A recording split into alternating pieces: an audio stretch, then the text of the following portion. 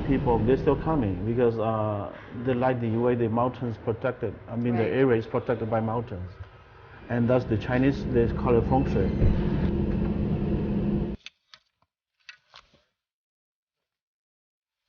It's a place for you to be there forever, even with the feel the shift, yes.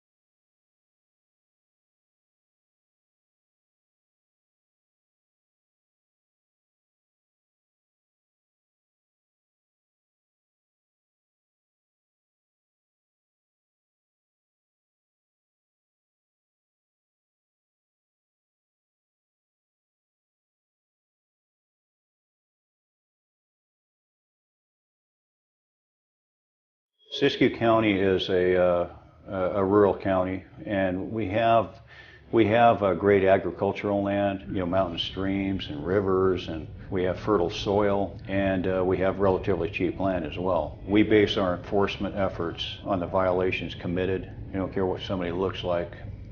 The issue is back in 2015. The Hmong people moved into this county, and then they see the mountains, the surrounding, and everything is they like back in home. And then that time the ordinance was okay. And May 21st, the county changed it because the Hmong people bought more land, and we feel like it's a racial issue. What's happened the last few years is we've had this phenomenon where we have a lot of people coming to Siskiyou County and purchasing relatively cheap private land and setting up illegal cannabis grows on those parcels. So right now we calculate we have somewhere around roughly 2,000 illegal cannabis cultivation sites in our county, which is very problematic because they're tough to eradicate.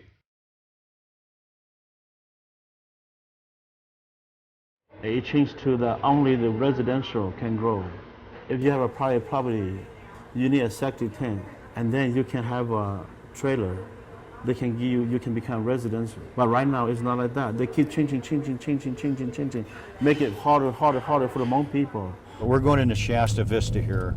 They'll pick these isolated sites because they know that they're less apt to be detected or bother, and they know that we have to drive a long way just to get out here. And here you see the porta potty, you see these shacks that are set up, obviously not to code, probably don't have a permit, and a lot of people use these swimming pools.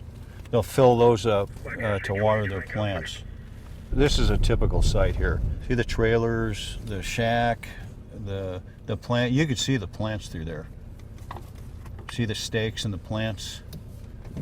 The water tanks, the porta potties, right in the open, violating the county ordinance. Now, one of my big concerns last year is we had 3 people that died of carbon monoxide poisoning. One was in a shack that was built not to county code. I go get her to eat, but I didn't see her, and I kicked the door, and she not open the door. I shake her, and she only. I don't know how do you call, but she tied every whole body,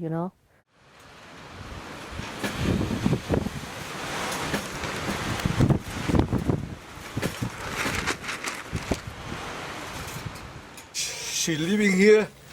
Her bed's here about 3 foot. Pillows here. But the night she died, I very, very lonely. When my mom died, she cooked for us. She take care of me until I grow up. That's a cousin's friend say I need to sell my land. I said no. I stay my life down here. I won't sell it. I said it's okay. She leave me here. I should stay here forever.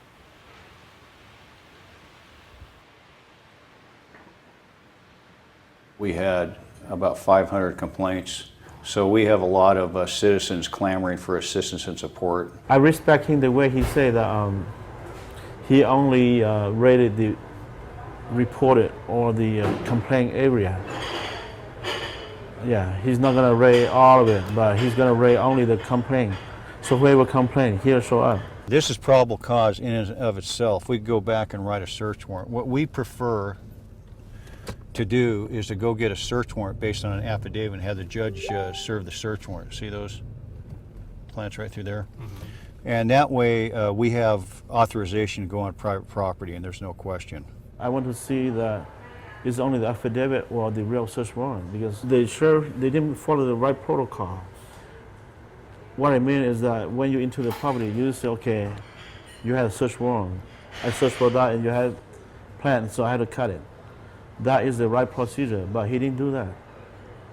Go to property, break the gate, and the people say, what's happening? Sit down. And the one that talked the most, then they handcuff. And then let's sit down and then cut it. They say, you have a search warrant? Yes. Don't worry, we get to you.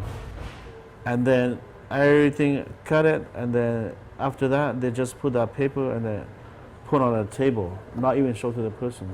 A lot of these parcels are 2.5 acres, many of them are 5 acres or more, or bigger.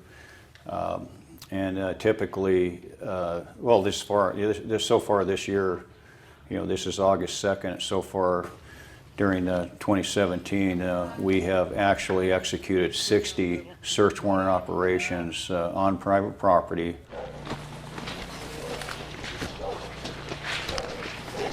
Son of a bitch. Sheriff's office! We have seized close to 12,000 marijuana plants. So the typical cannabis illicit grow site has usually 99 or more plants. What a pain in the ass.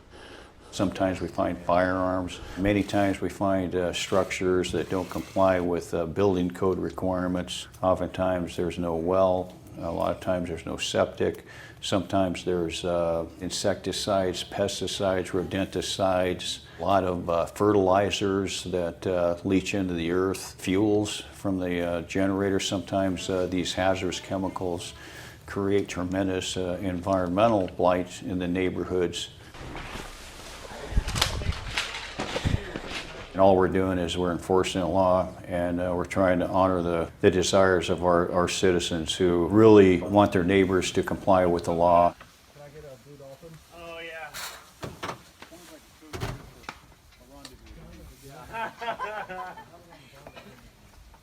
Is that the blue oyster you're getting that one? At least the guys are at friends. I have great respect for the Hmongs, the Montagnards, and all the people of Southeast Asia. I've dedicated some of my life, spending time there in the military. But it's a matter of breaking the law and enforcing the law, and we're going to do that here. The Hmong people will surely stay here. And I don't know how, but we try to make this a Hmong town and committed to stay, and we would like to fight for independent, incorporated independent Hmong town.